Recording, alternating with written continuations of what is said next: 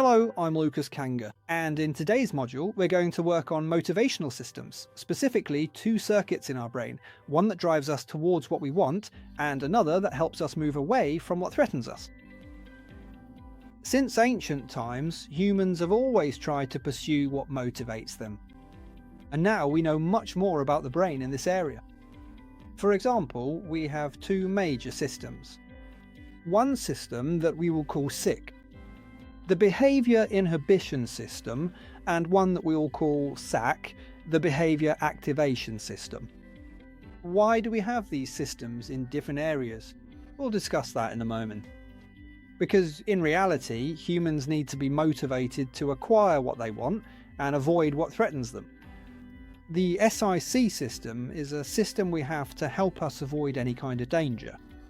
And it's quite fast, very agile. It is triggered almost unconsciously when for some reason we sense that we are about to lose something or be harmed in some way. The inhibitory system triggers a fairly common release of neurotransmitters for one. You notice it quickly. Many people feel warmth in their hands, they blush, or they experience other signs that indicate some stress hormones have already been released. And for that to happen, there has to be some connections at the central level, also at the brain level, where a basic type of neurotransmitter called norepinephrine starts to be released. It speeds us up, makes us more tense, makes us much sharper, and tenses our muscles a bit. And it directs a certain type of blood flow to our limbs so we can run faster. Just imagine that even now, in our century, we are still relying on some systems that come from our ancient ancestors. And if we have this system called SIC, which stops us from being eaten by a dinosaur, because that's really what happens, but in an organisational setting. One might ask, why do we still have these systems today? If we put ourselves in the context of an organisation, because in reality we are very far removed from our ancestors, we'll see that this SIC system also helps us avoid any kind of organisational threats. Not doing something we dislike. Or, for example, we react to certain bosses, managers, or activities that we are actually obliged to do. And this allows us to choose, to react, to set boundaries, to decide in order to have freedom or, quite often, dignity. When boundaries need to be set within an organisation, this system is generally triggered. So certain substances are released, for example noradrenaline, and what happens is that the body prepares itself for attack. You hear these words and think, how strange, but in reality the brain is preparing me to avoid what I don't want to do. Just as we have the SIC system, or behavioural inhibition system, we also have our SAC system. What does this system allow us to do? SAC! It motivates us, brings us closer to what we are passionate about, lets us do what we enjoy, to take pleasure in things. And it has a neurotransmitter as well. This also mediates the whole interaction and is called dopamine. Dopamine runs through our systems for what purpose? To activate us to do what we like. It gives us a feeling of satisfaction. But we need to understand something. This dopamine can be positive or negative.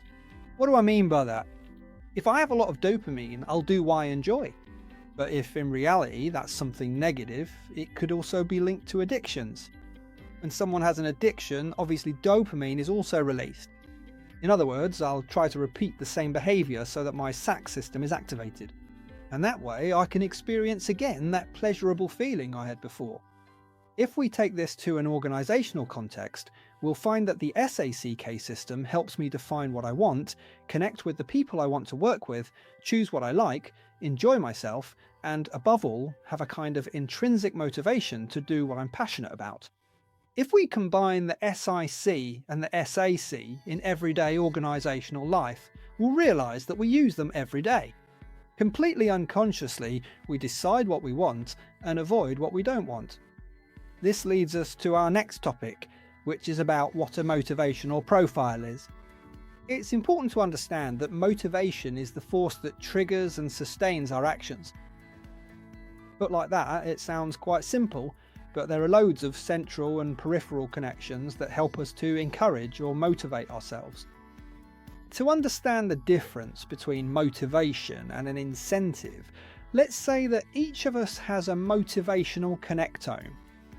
a way of connecting my motivational systems, as we mentioned before, SIC and SAC, in a unique and unrepeatable way. Repeatable. Everyone knows what motivates them and what demotivates them, and it's different for each person. That's why when I talk about incentives, you can't really say what incentivizes me.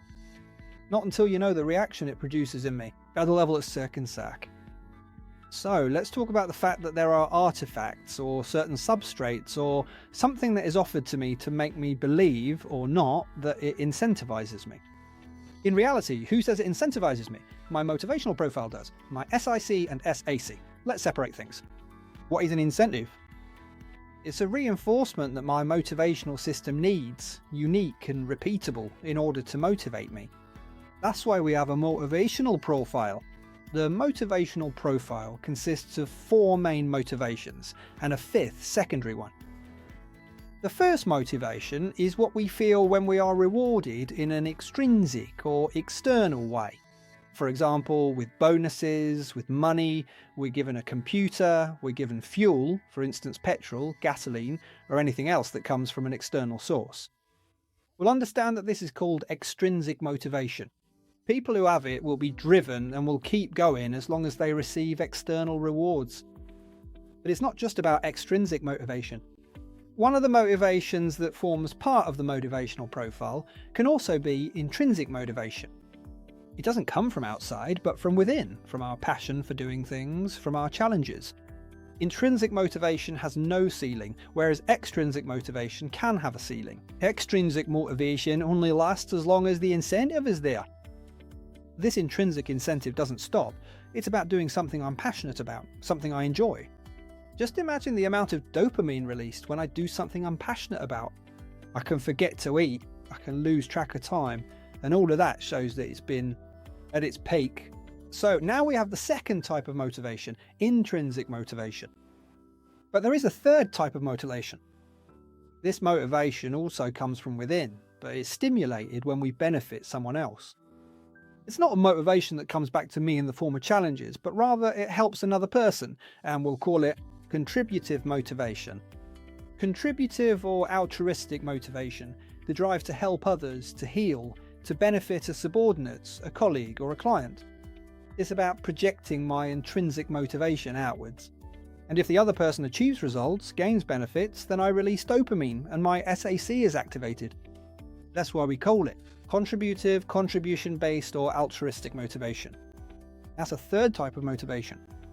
But we're still missing one because generally we work within an organisation. And that organisation asks things of us so that we can give back to it.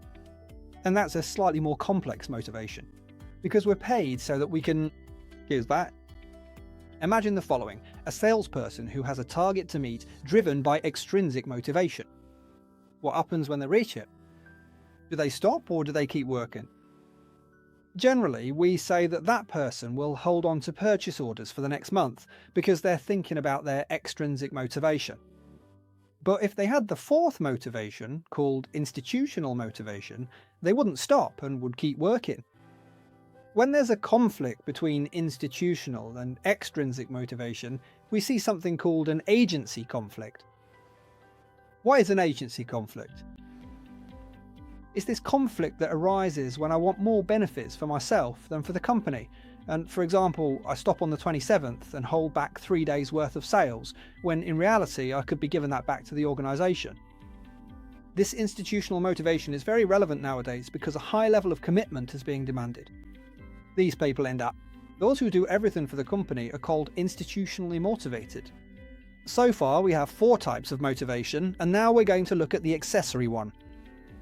Most of you have heard this cliche quite a lot, that people don't quit companies, they quit their bosses. So we need to have what's called a 5th motivation, or relational commitment. Even if it's not exactly a motivation, it's closely related, and it's the motivation, or the SAC, that is sparked by my relationship with my boss.